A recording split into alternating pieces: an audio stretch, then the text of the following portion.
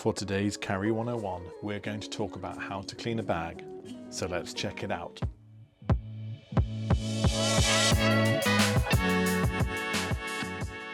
Cleaning a bag is something we should always be thinking about looking after our gear and about making it last longer. This puppy is a little project I picked up, a track. I think it's one of the earliest versions of the wee lug. And as you can see, it's in good condition, but it's seen some things. There's stains on the outside and on the base, and this is probably going to need a re-wax too. And even then, once you get internally, you can see there's some marks on the liner, those types of things. You know, nothing horrendous, just sign of a life well lived. And you know, it's really important that we set our expectations when we clean. Not all of these are going to come out pristine, but there's a lot we can do to make them look better, give them a little freshen up, maybe repair some things, or maybe just a clean and a new coat of wax in this one's case. Looking after your gear is really important. It helps you go on longer, helps your gear go on longer, and stops us buying new stuff all the time. And so we're going to give you some tips about how to get the best out of cleaning your bag. Let's talk about what you might need. You're going to want a lint roller and a brush of some kind, Dawn dish soap. You're going to need a rock or two, that will become clear later on. And you're going to need a container of some kind that you can fill with water. I use one of those plastic tubs, but it doesn't quite fit under my camera setup in here, but you'll see it when we're outside later. And then the secret weapon, an electric toothbrush. We'll get to that and why it's important,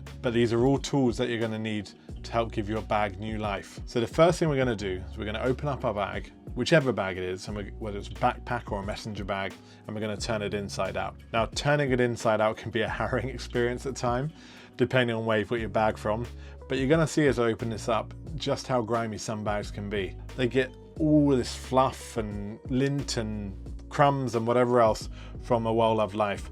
Now, depending on how bad your bag is, the first stage we're talking about, cleaning the inside with a lint roller might be all you need. So I'm just going to grab it and I'm going to get my brush and start working like these corners, getting in and getting all that fluff and scuff out. You can see pretty quickly we're getting through some dirt easily. And I feel like with this one, maybe and the adventures that it's had, it might take a little bit of time. Now, sometimes some of these areas can be really a bit tough to get into, and that's where your brush can come into it. It can really help pull out some of those extra bits of dirt and lint. This is just a rubber bristle brush, and I highly recommend one of these for cleaning your clothes, for your bags, whatever. It's basically like an old school lint roller and just helps loosen up anything. You can see already it's starting to look a fair bit better just by getting rid of the stuff inside. If you can get into the pockets too, that's brilliant, which is going to make an actual deep clean later a bit easier. Now, the other thing you're going to want to do, this is where our electric toothbrush is going to come in. You're going to want to identify the areas that really need a little bit of extra love. So with the toothbrush, you get a tiny bit of Dawn dish soap. This is before I'm even soaking anything. And just start having a look at how much this stuff is embedded, because some of it's pretty light work and some of it's going to come off nicely and some of it won't come off fully, but you're going to get it a little cleaner. I use an electric toothbrush because I actually first used it when cleaning a watch for a friend's wedding. He recommended it as someone who works in the watch industry, and he said, get a new toothbrush head, put some warm soap and water on it, and it'll help you clean. You know, with the oscillating head that they advertise, and you can already see like some of this is coming out quite nicely. Some of it's not going to come out, but with a soak in water and a bit of pre-work, that's going to help. So now what we're going to do, we're going to go outside. We're going to soak this and we're going to see how much we can get rid of and how clean we can get this bag. Okay.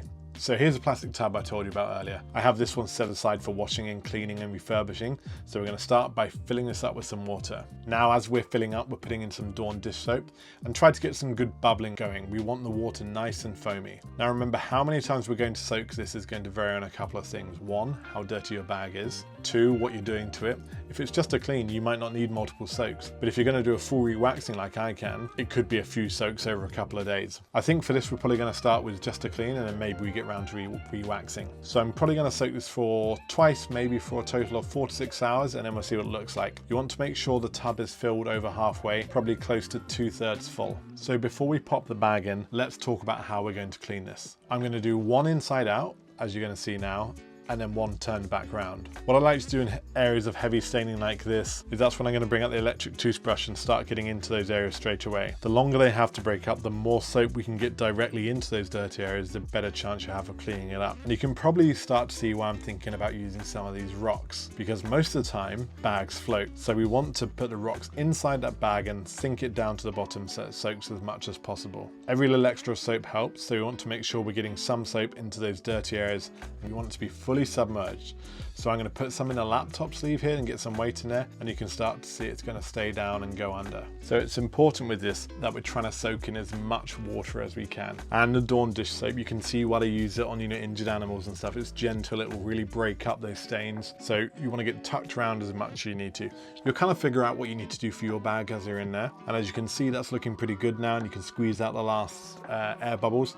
I'm going to pop the lid on this, and in about 2 hours, we'll come back and see where we're up to. So after the first 2 hours of soaking, you can see the water's already pretty murky from our first soak. But as I open up the bag, you'll see there's definitely more of the orange. So what I'd like to see here before I even take it out, you can see some of the areas that are dirty. They're now getting a bit more broken up, a bit more cleaner. These marks are coming off quite nicely, which is great. And like I said earlier, it's important to manage your expectations here. You know, this bag I think is over 10 years old, so it's got a good amount of love on it, some good adventures.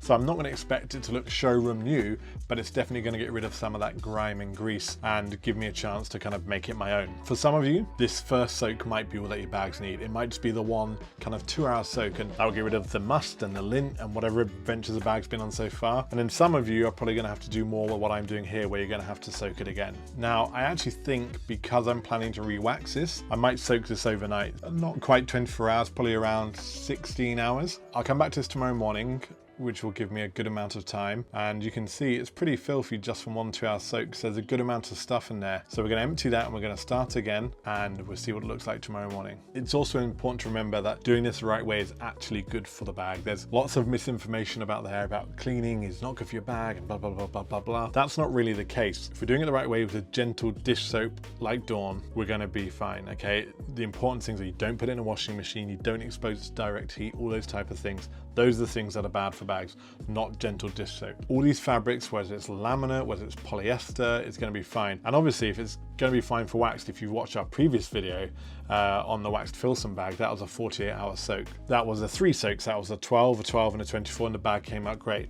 So as long as you're doing this in a controlled environment, you know, and you're using the right equipment, it can really make a difference to your bag. We're going to get our hose in there. We're going to get some more dish soap while it's filling up. You can see it starting to float. So I'm going to put those rocks back in there. These are possibly the cleanest rocks in the wild.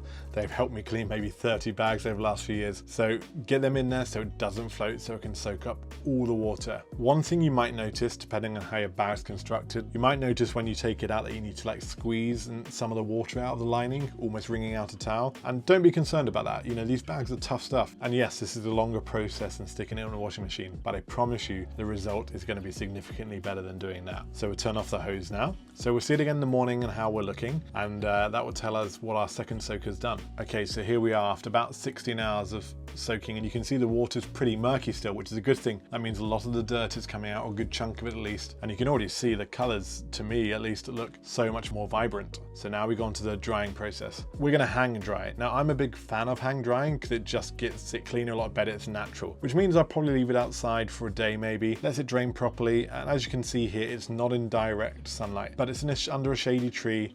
You don't want it in direct sunlight. That can fade the colors.